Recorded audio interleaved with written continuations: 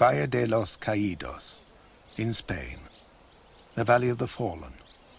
Nearly half a century after the Civil War, the men who created and won that war have preserved its massive monument. General Franco called the uprising against the Republican government a crusade, a fight for Christian civilization. Others called it fascism. It was for nearly 3 years the world's moral arena. Inside this mausoleum today, there is no hint of reconciliation. This huge tomb for Franco's men was hewn in a granite mountain by his defeated enemies, Republican prisoners of war. Before this altar of Christian piety and Francoist victory lies the man who led Spain's fascist party, José Antonio. The great dome celebrates the victorious nationalists almost as a celestial host. And below it, behind the altar, the Generalissimo himself, Franco, now deeply part of the Spanish language, in homage or hate. As a soldier, Franco had served the Republic, but his heart was monarchist. He was called a fascist and died a dictator. The contradictions of Franco are part of the heart of Spain itself.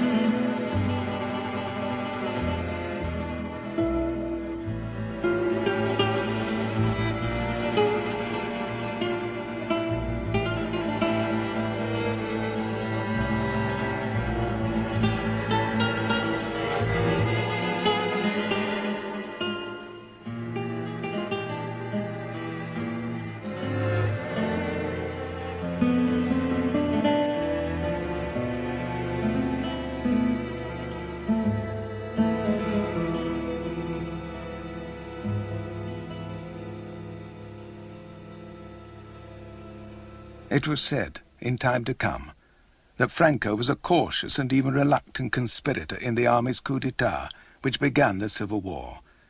But he became Europe's longest ruling dictator of our century, the archetype of dominant endurance.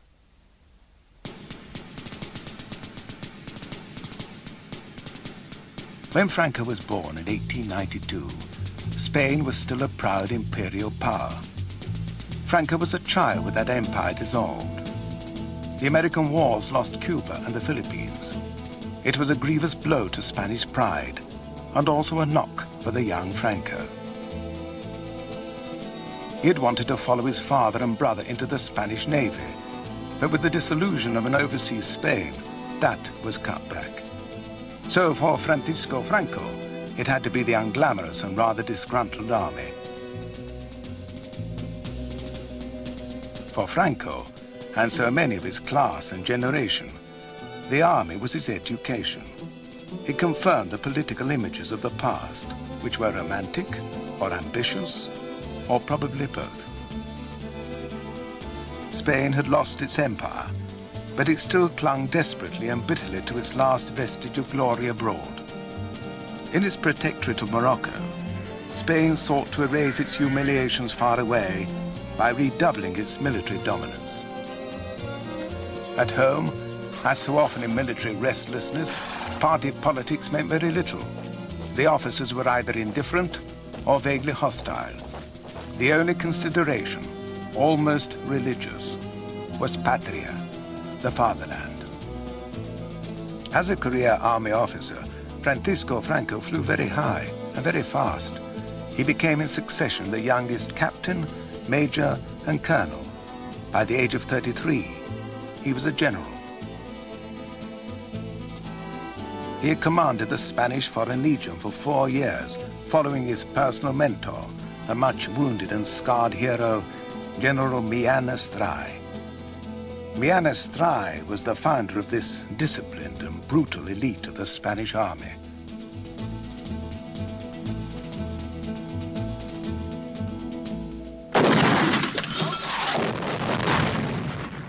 The Foreign Legion was used to suppress the Asturias rebellion against the Republican government in 1934. This was the regiment's first military use at home. It was an experience no one forgot, and Franco advised on the conduct of the operation. Later, he was appointed Chief of Staff and served under the Republic. As such, he represented Spain at the funeral of the English King George V at Windsor in January 1936. Franco himself was personally and politically a monarchist. He supported the restoration of the Spanish king, who had fallen from power 4 years earlier. Few people know that Francisco Franco once nudged his way into the movie business. After the war, he wrote a feature film under a pseudonym, which reveals his contempt for democratic politics. The script follows the lives of three brothers. It's a situation not unlike Franco's own family. His younger brother Ramon was a Republican. And in this scene, one brother, who wants to be a Republican politician, is arguing with another, an army officer, about using his inheritance for a political career. Their mother has agreed to share out the estate. It was perhaps easier for Franco to understand than for us. Que es mucha bondad la de prescindir de todo al fin y al cabo para una mala empresa. ¿Llamas mala empresa que yo trate de salir diputado? De tu significación, sí, comprendo. Buena empresa la de los militares, que por pintar por ahí la cigüeña os aseguramos la vida a todos los ciudadanos. Dices ese disparate porque te duele que seamos el principal estorbo para vuestros manejos turbios e indignos. José. Pedro. Sí, indignos vosotros. Quieto, José, ven conmigo. Es que no queréis que tenga ni un solo día feliz. Todo esto se acabará muy pronto. Dios quiera que sea el día en que cada uno estemos en distinto papel. Ya está bien, José. The film's breathless commentary goes on to describe the 5 years of Spain's fragile democracy, in Franco's version of events at least. Como si el reto de los dos hermanos tuviese un signo profético y fatal, así iba a dividirse la familia española. El Frente Popular que el Comité Comunista patrocinó va a destruir las puras esencias de la tradición española. La hora de la revolución comunista había sonado. España no podía perecer. Destruction of traditional values, communist revolution. These were the catchwords with which the insurgent generals rallied most of Spain's middle class against the Republic. Petra Roman de Bondia was a young girl from a conservative family in Salamanca. I thought that the military uprising would bring an improvement in every sense. Our ideals and what we thought Franco and his army were going to defend were God, the homeland, the family, and order.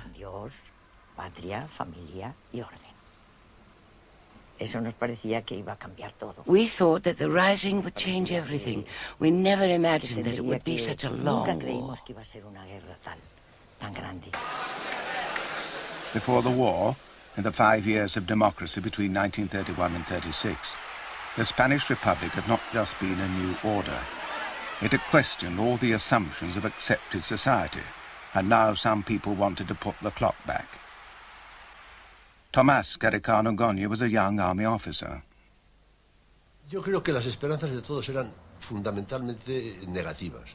I think that most of our hopes were fundamentally negative. That is to say, we wanted to stop certain things, public disorder, the labor upheavals which did so much harm to both management and workforce. We wanted to do away with religious persecution. Not only was religious education banned, but also any teaching by the religious orders. We wanted really to return to a more traditional Spanish way of life, a peaceful one, which this Republican government had failed to bring. The social upheavals of the Republic had led to a progressive breakdown of law and order. In the countryside, peasants hungry to own the land they worked seized it. Some landowners had been killed, and others feared for their lives. Peace was impossible, so we had to head for the hills. If it's just not possible to live, then you have to find a different solution, which was the rising against the Republic. Franco had begun with curious discretion. He had joined the army coup in Morocco with expressly limited aims of restoring order and crushing the revolution. But his proclamation did not invoke the church or any crusade. He did, to be sure, hint darkly about foreign influences assailing traditional values. What was surprising to some was that his proclamation concluded with the unexpectedly democratic slogans fraternity, liberty, equality. But that, he said, was the absolute order of their priority. The first army decrees gave instant comfort to its middle-class supporters. That was fairly easy. All the land the Republican reforms had shared out was to go back to the owners. Trade unions were banned. So were all political parties of the Popular Front. But first, the army had to face the fact that its initial coup had failed. Armed working-class resistance had defeated the army rising in 5 key cities. Spain was divided. The Republican government held Madrid, the Basque Country, and nearly half the rest of Spain. And the Nationalist command was split. General Mola in the north, and in the south Franco with his Army of Africa. The Nationalists' original plan had been to install General Sanjurjo as commander-in-chief, but he died in a plane crash as he left Portugal to take command in Spain. It left a difficult gap.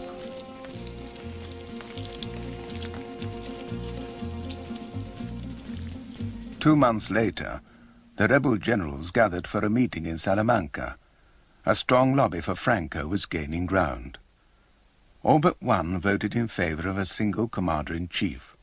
The sole objection was from Miguel Cabanillas, who had been temporarily appointed leader of the military junta. Next, Franco was proposed. Again, all but Cabanillas agreed.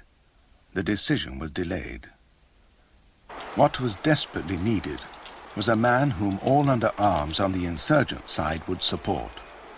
Already the insurgents were split with differences. There was the old Peninsular Army. There was the Civil Guard, the Army of Africa, Spanish units and Moors, let alone the armed militias of the fascist Falange and columns of monarchists and traditionalists. All these armed factions had conflicting expectations of their leader. Alone among the rivals, Franco seemed to satisfy the factions. He was the man in the middle. His reputation too as a soldier ensured him popular support, and this was immediately reinforced by events.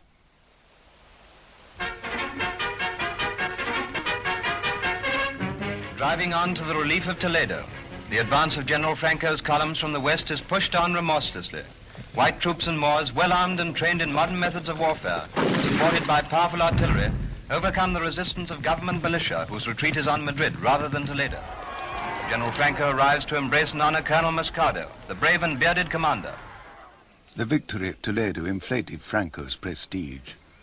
Even before his appointment as commander-in-chief was announced, his supporters were planning higher office for him. They proposed he should be not only supreme military commander, but head of the government. Some of his colleagues were doubtful. Nevertheless, Francisco Franco emerged as the undisputed leader and called himself head of state. On October 1st, 1936, Franco was granted all powers of the new state of Spain, at least for the duration of the war. My personal reaction to Franco's appointment was one of relief. Nationalist soldiers were saying, a single command wins a war. A split command loses a war. Franco's appointment was unquestioned. There wasn't anyone else who could hold a candle to him, and it was a source of great relief all round. The army generals who appointed Franco as head of government, as a military necessity, may not have realized that they were establishing a personal dictatorship. Many different groups had supported their rising. First, the Conservatives, who had supported the right-wing parliamentary coalition Theda before the war. Second, the monarchists, who sought the restoration of King Alfonso. Third, the Carlists, mainly from Navarre. They were also called traditionalists. They were religious, supported a king too, albeit a different claimant, and fought for their regional rights. Fourth, the Falange, the fascist party, outlawed by the Republic. They claimed to transcend the right and left of politics, but called for a radical social revolution. General Moller, for one, was fully aware of the wild complexity of the various factions. He had successfully negotiated the support of both the Carlists and the Falange for the plot. Soon after Franco's appointment, Moller spoke to Pedro Sáenz Rodríguez, a right-wing monarchist intellectual who had joined the uprising and later joined Franco's government. I remember very well that there was a large armchair in front of the desk, and General Moller was sitting on the arm of it with his feet on the seat, and he asked me, "What do you think will happen when the war ends?" I said there will be a problem with all the different political interests. He said, "I am pleased to hear you say that. When the war is over, it will be necessary to have some sort of constitution and parliament." In Franco's plan, there was no question of a parliament. The army decree gave all powers of the new state to him. He referred to himself as head of state twice in his first proclamation. Viva España! For many people, his own political ideology was a mystery. Did he have a political theory? Many people thought that he was a man who was keeping a secret, but I called him the Sphinx without a secret. He had the air of a Sphinx, but there was no secret. He was silent on many subjects because he had no opinion on them. Franco had never claimed to be a politician, but he was of the intuitive right, an instinctive defender of capitalism. With his brother Nicholas as secretary, he prepared his program. No working-class trade unions. Help for peasants, but land for landowners. Concord with the church. Above all, no democracy. That way, perhaps, the working-class opposition could be wiped out forever. Un Estado totalitario armonizará en España el funcionamiento de todas las capacidades y energías del país, en el que dentro de la unidad nacional el trabajo, estimado como el más ineludible de los deberes, será el único exponente de la voluntad popular. Y merced a él podrá manifestarse el auténtico sentir del pueblo español a través de aquellos órganos naturales que, como la familia, el municipio, la asociación y la corporación, harán cristalizar en realidades nuestro ideal supremo. These aims of the Spanish right could only be secured by repression. Even before Franco took command, working-class resistance was physically extinguished by advancing nationalist columns. Franco himself continued the purge. Franco estaba un día que fui yo a hablar con él, que me llamó para una interview que le habían hecho. One day when I went to see Franco, he called me for an interview before I was a minister.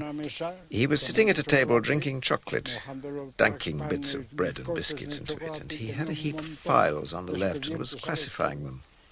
Some he put on the table, others on a chair. Afterwards, on leaving, I asked an adjutant what were those files which General Franco had. They were the death sentences. Those which he placed on the chair were for signing and the others for revision. It was something done quite calmly. For him, it was simply a military matter. There were few critics of these methods in the nationalist zone. Franco's supporters were united in the common cause of defeating the Republic. But as to what to replace it with, there was much dispute. First, there were the fascists, the Falange. Before the war and his imprisonment, their leader, José Antonio, had tried to present a doctrine of seductive simplicity. Tenemos una fe resuelta, es que están vivas todas las fuentes genuinas de España. España ha venido a menos por una triple división. Por la división engendrada por los separatismos locales, por la división engendrada entre los partidos y por la división engendrada por la lucha de clases. Cuando España encuentre una empresa colectiva que supere todas esas diferencias, España volverá a ser grande como en sus mejores tiempos.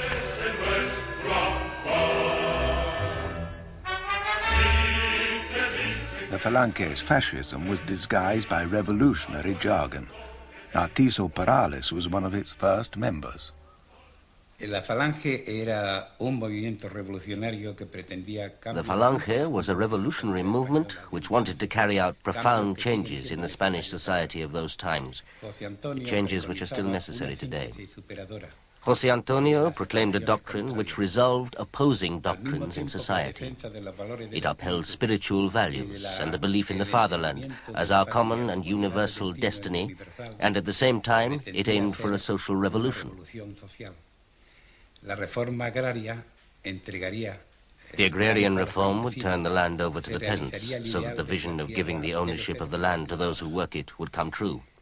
Banks would be nationalized because it was considered unjust that the savings of all the Spanish people should be controlled by a few who dominated the economy of the country.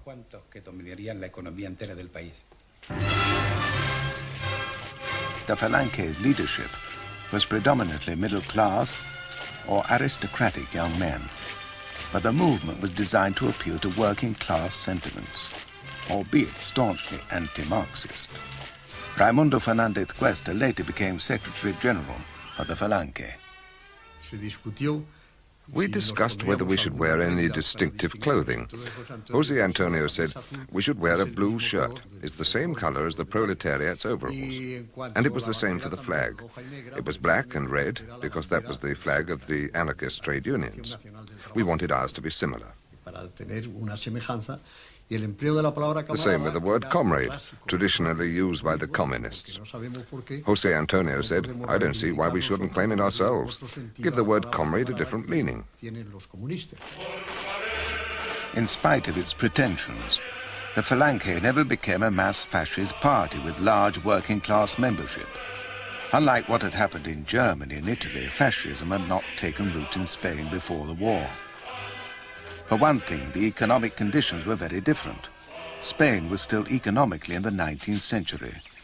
The groups that might have been attracted by fascism were either satisfied by conventional politics or just non-existent. There was no large petty bourgeoisie scarred by recession or defeat in a world war. The middle class was reassured that the dominant presence of the army would protect them from revolution, and the working class had suffered no disappointment that might provoke them to find an alternative to Marxist, socialist, or anarchist ideals. In 1936, however, after the February elections when democracy disintegrated into political violence, conservative youth had begun to defect to the radical alternative, and once the war began, people flocked to the Falange. It was a demonstration of allegiance to the nationalist cause, and moreover, with a purge of working-class organizations, it became a safe haven for anybody whose background was suspiciously leftist. The blue shirt became known as a salvavidas, a life jacket. Some nationalists, however, viewed the Falange's populist and violent image with distaste. There were many people who joined the Phalangists, but I could never join them because I did not consider them to be virtuous in the Christian sense of the term.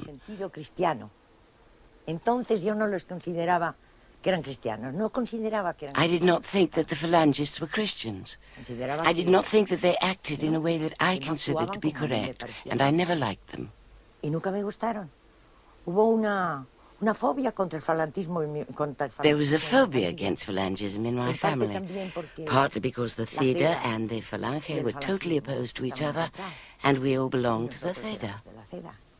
The greatest contrast to the Falange was another faction of nationalists, the Carlists, the deeply traditionalist group based in Navarre. They lived in the romantic, almost medieval past. We were defending God, the fatherland, and our king. This was the traditional slogan of Carlism. By God, we meant religion in its true sense, with no interference by the church in the government of the state.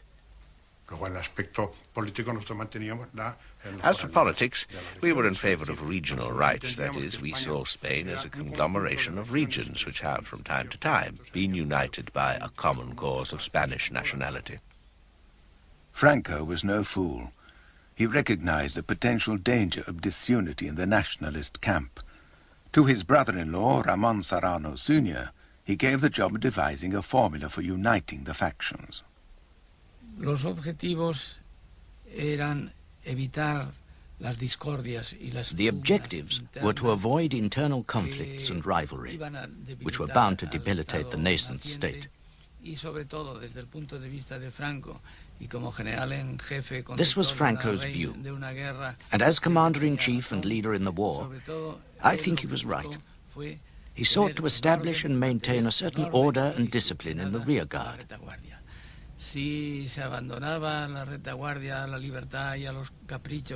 If the rear guard was left to the whims of the different groups, things could get out of hand and could affect the situation in the fighting fronts, as happened in the Republican zone. The Falange was in trouble. Jose Antonio had been killed in a Republican jail. All other potential candidates were in prison or dead, and the organization was riven with ideological and personal schism. On April 17, 1937, a former mechanic, Manuel Edia, was confirmed as leader. He had no formal education, was unimaginative and ineffective. He was easy meat for Franco.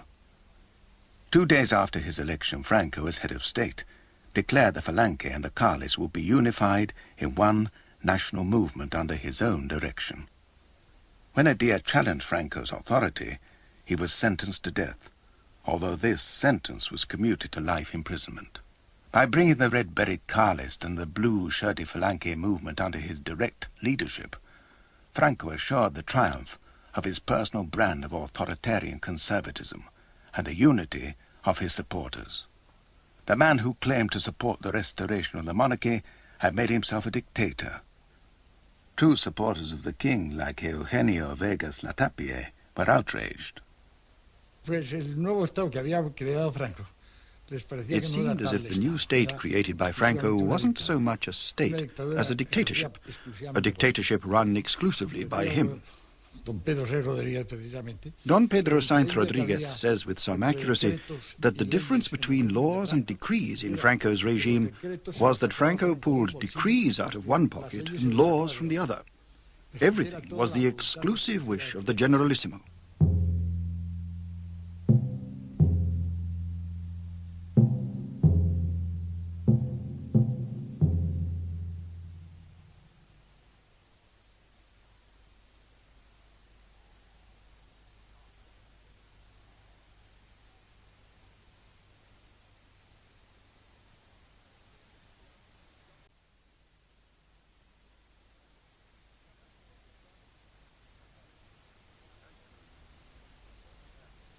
Franco's regime was a conservative dictatorship, but it was cloaked in symbols and ritual of fascism. In the European economic depression of the 30s, fascism could be seen, and was seen, by many as an up-to-date alternative to the politics of class struggle. To unite a nation, even forcibly, in one supposed common interest, was a superficially attractive doctrine. At least it provided Franco, the reactionary soldier, with a facade of modern political ideology. Franco saw his task as blending the conflicting elements of the new Spain while maintaining the traditional values of the old. The charismatic fascist leader Jose Antonio Primo de Rivera was gone, shot in a Republican jail. Franco assumed his mantle. One could say Franco misrepresented Jose Antonio. He emphasized the inoffensive side, at least what was inoffensive to conservative people, and he silenced and buried anything that threatened them. Jose Antonio had argued for the revolutionary upheaval of Spain's old order, but now he was dead. His name was carved in the stonework of Burgos Cathedral. Every church in Spain carried this potent legend.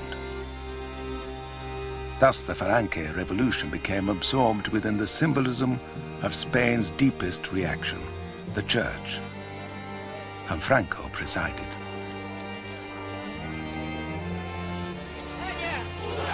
España! España! José Antonio Primo Rivera! Arriba España! Jose Antonio's memory was preserved, but the radical aspirations of his brand of fascism were laid to rest.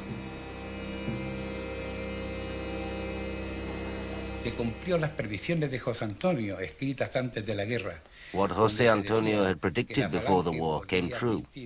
He had said that the Falange could contribute, without knowing it, to the restoration of a conservative bourgeois mediocrity of which, he commented, there is such a generous sample in Spain, and it would be adorned to add to the mockery with the choreographic figures of the blue shirts.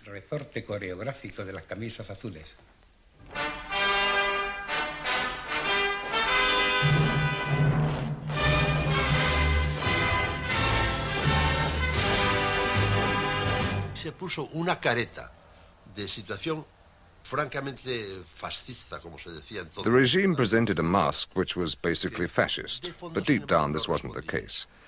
I would describe it as an economically conservative, authoritarian government because order had to be imposed, but with a facade and certain details from totalitarian regimes to be found elsewhere in Europe. Franco drew on support from all aspects of the old Spain, but especially and naturally he found an enthusiastic champion in the church. The Republic had attacked it, both ideologically and physically. There was never any doubt as to where the church would stand now. It protested at Republican atrocities, but on the whole turned a blind eye to the same on the nationalist side. El Cirineo le ayuda a llevar la cruz. Mirad este hombre que llora en silencio. Y le increpan diciendo, pues tan fácil corazón tiene el hombre, atémosle al cuello este Cristo y váyase a llorar en el fondo del río con él. Señor, la muerte se derramará sobre todas las cosas. Me acercaré al altar de Dios, al Dios que es alegría de mi juventud. Han arrancado a golpes la puerta del sagrario, que estaba abierta. Y la mano que conoce más sangre registra la custodia. ¿Por qué os apresuráis, almas, en el despojo? 2 months after the start of the war, the Bishop of Salamanca declared that the military rebellion was a crusade. It didn't seem to matter that it was being fought by Moorish Muslim troops, whose religious symbol was not the cross, but the sword. The Church's endorsement, however, was reinforced by a letter from Spanish bishops to Catholics all over the world. In their words, the war was between the spiritual crusade in defense of law and order and the materialism of Russian Soviets. This letter was published 2 weeks after the rebels conquered the Basque country. Priests there, like other conservatives, served with the Basque Republican Army. For them, the defense of the Catholic faith was far from the same thing as Franco's crusade. They had seen the wartime republic as a cause of freedom for Basque regionalism. They had appealed to the Pope. But although the Vatican wavered, the Pope eventually recognized the Franco regime in the summer of 1937. He later sent a nuncio to represent him in Burgos.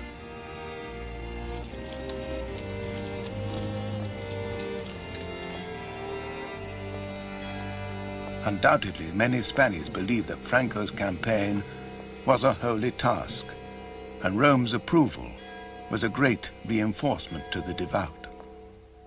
Una emoción grande para mí fue mi encuentro con mi hermano, el que caería en la guerra, el pequeño. A very moving experience for me was my meeting with my younger brother, who was later killed on the Northern Front.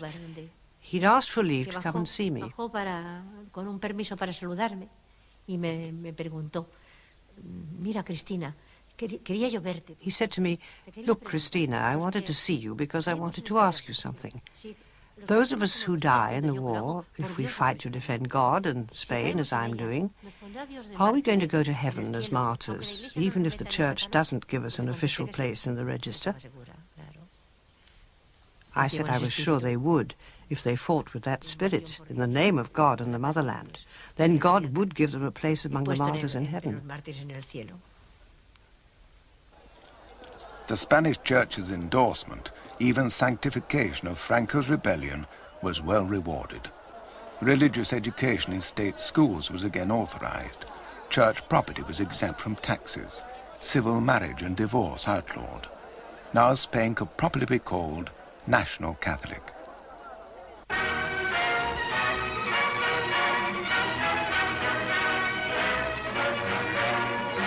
propaganda films carried the message to the faithful. This was how the rebel regime wanted or needed to be seen. Mientras los soldados del Generalísimo abren las tierras de España al Mare Nostrum, este otro soldado, humilde y laborioso, labra los campos y da a su patria el pan nuestro de cada día.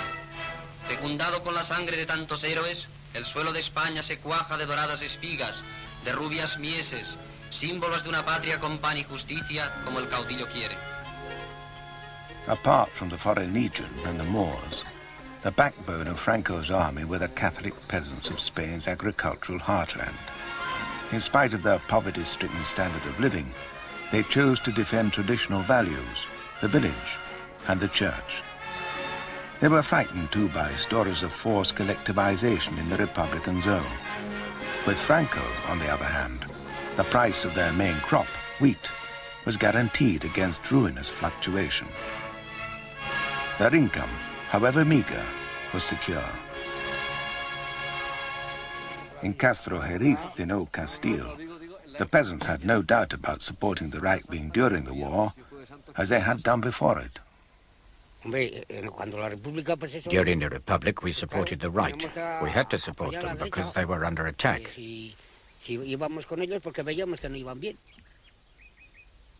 During the Republic, we were persecuted, but after we were free. We could go home any time.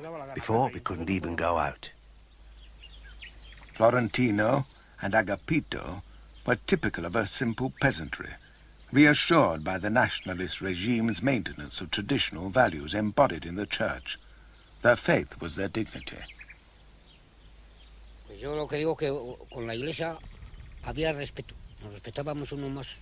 I believe that with the church there was respect. We respected each other more. Without religion there could be no respect. That's what I think. Without the church, the priest, they just bury you like a dog. Other people are against religion, but I've always been for it. We joined Falange, and my brother was going to go to the front. But because he was my older brother, and he did more work than I did, my father said I should go in his place. In the end, he went off too.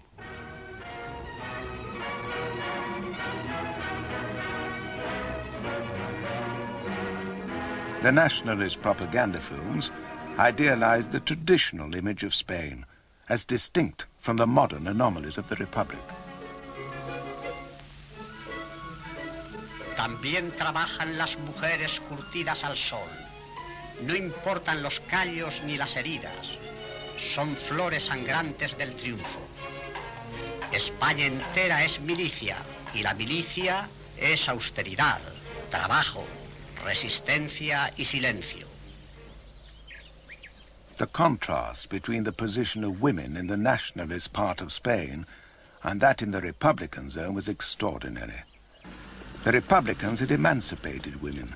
Divorce was legalized. Discriminatory laws abolished.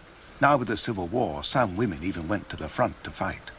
But in the nationalist zone, the senoras and senoritas of old Spain were revered in a subsidiary role. Pilar Primo de Rivera was the sister of José Antonio. She had been trapped in Republican Madrid at the start of the war. No tenía un sentido, pues, por ejemplo, familiar. They had no sense of family duty, and the divorce law had already divided us even more, because, of course, our Catholic way of life meant we could not accept it. In the nationalist zone, everything was much more constructive, more efficient, orderly and effective. There was a reason for everything.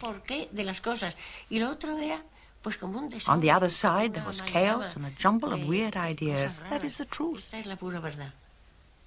When Pilar escaped to the nationalist zone, she set up a special women's section of the Falange, the fascist party.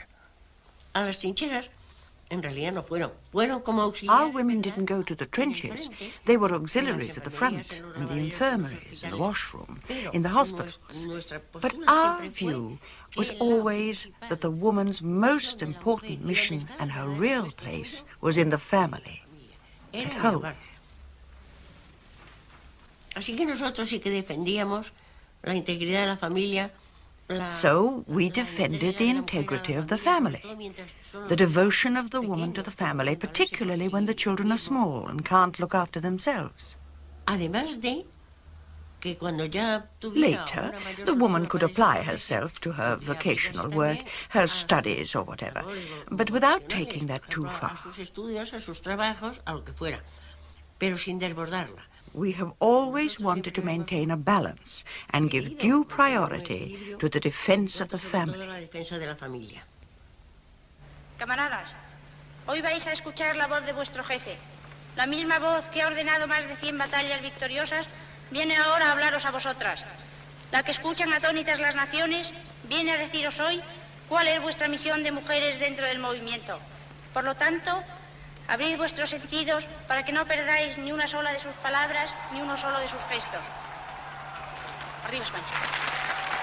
Of course, it will be a man who is entrusted to direct the mission of women within the national movement. En la ciudad de Santander se celebran cursos de cultura física organizados por la sección femenina de Falange Española Tradicionalista y de las Jons. Junto al mar Cantábrico y en donde Castilla se asoma al mar, la escuela de danza practica diario sus ejercicios. La Nueva España cultiva su cuerpo y su espíritu y se prepara para crear una patria mejor. The nationalist propaganda emphasized the wholesome, domestic aspects of the regime. Franco's daughter promoted this in a newsreel made for German children, with a little help from her father. ¿Quieres decirle algo a los niños alemanes? ¿Pero qué les digo? Lo que quieras. Pido a Dios que todos los niños del mundo no conozcan los sufrimientos y las tristezas que tienen los niños que están aún en poder de los enemigos de mi patria. Yo deseo que todos los niños españoles tengan una casa alegre, con cariño y con juguetes. Y por eso envío un beso a todos los niños del mundo. As the rebels' army secured more territory, the propaganda cameras showed the charitable work of the nationalists in the captured Republican towns.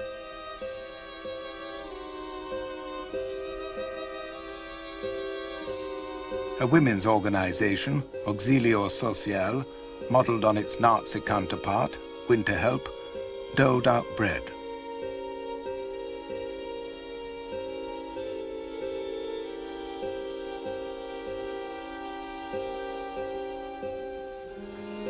From the start of the war, the rebels held most of the food-producing regions of Spain. This gave them a powerful weapon both in preserving morale in their own zone and taunting the increasingly hungry Republicans.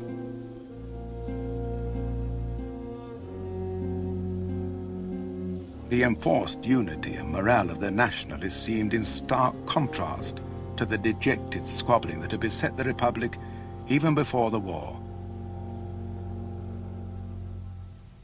Toda la radio era triunfalista.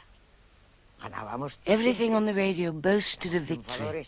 We were always winning, we were triumphant, we were strong. That's what we all felt at that time. So we were the victors, we were winning, we were the ones with God on our side. All the soldiers carried a small piece of material with the image of Jesus' heart. It was thought that God was helping us because that was how it should be. It had to be. Im Lichte der aufgehenden Sonne nationaler Traditionen zeichnen sich immer klarer die Umrisse eines neuen Spanien, einig, groß und frei. Nazi Germany and Italy had formally recognized the rebel regime during the siege of Madrid. From the first days, they had been supplying more and more military aid.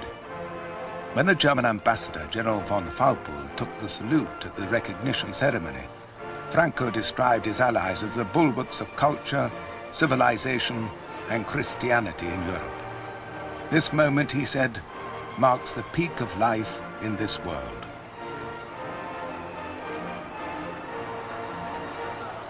Franco did not, however, follow his Axis allies too far down the path of fascism. Nor did he, much to their annoyance, follow them into the Second World War. But he willingly, if not gratefully, accepted their practical aid, simply because without it, he could not have carried on the war.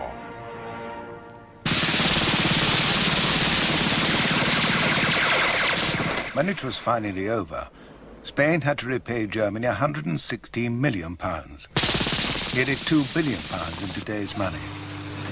But the Germans were not altruistic.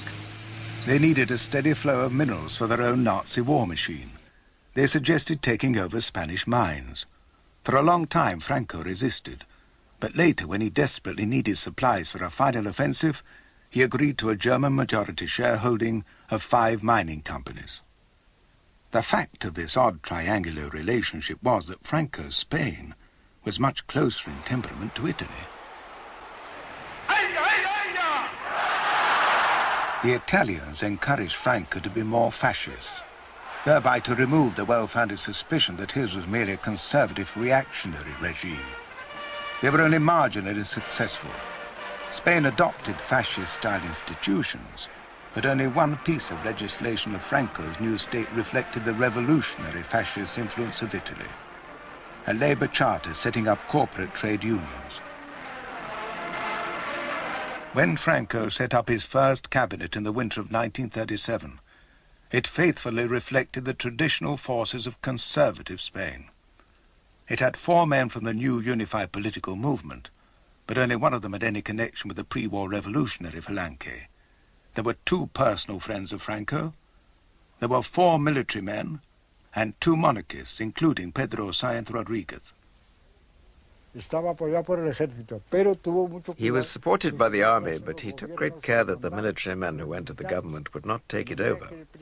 What he presented was not exactly a military dictatorship, but a government of the Falange and of the traditionalists. Nevertheless, the Falange was just a sort of loincloth of his personal dictatorship.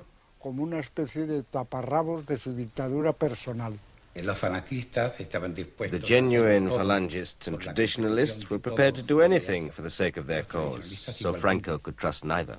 Entonces no eran de fiar para el mismo Franco. Así fueron sustituidos los auténticos. Thus, the true party people were replaced with pseudo-Phalangists and pseudo-traditionalists. Finalmente, pero de forma progresivamente decreciente. And even they were gradually pushed aside, as Franco increasingly relied on the right-wing groups which, although they were not proper parties, supported him until the end of his life. We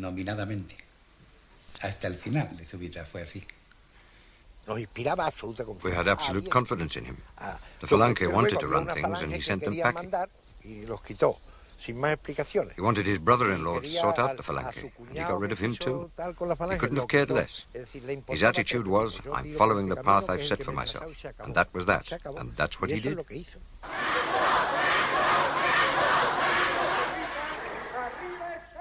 As his Minister of Public Order, Franco appointed General Martínez de Nido. This man's reputation was based on his brutal repression of anarchists in Barcelona in the 1920s. Nido's appointment marked Franco's determination, above all, to strictly suppress any working-class resistance.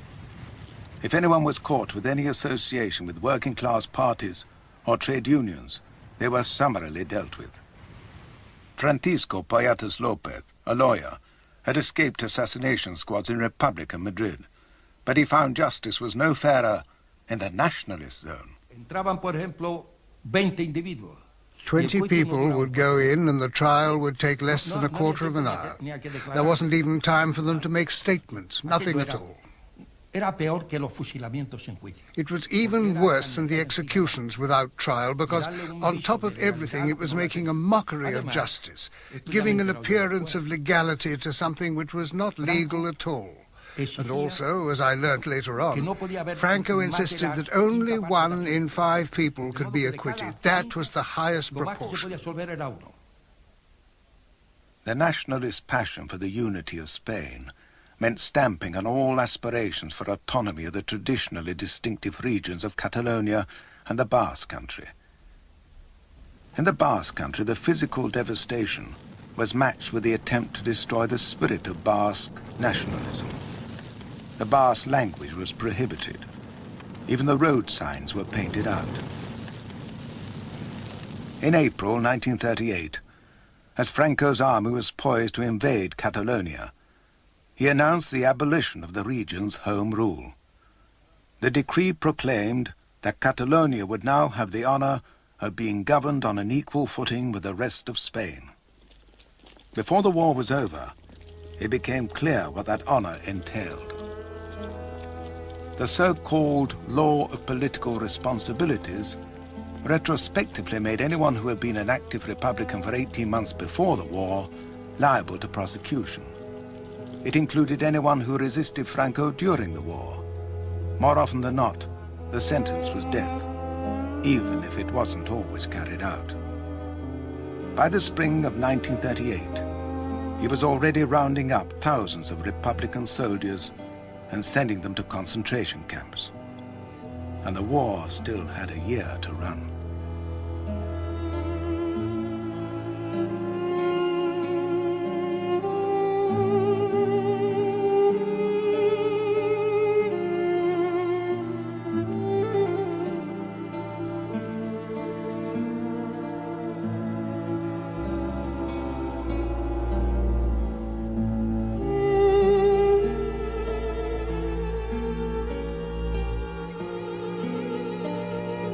Thank you.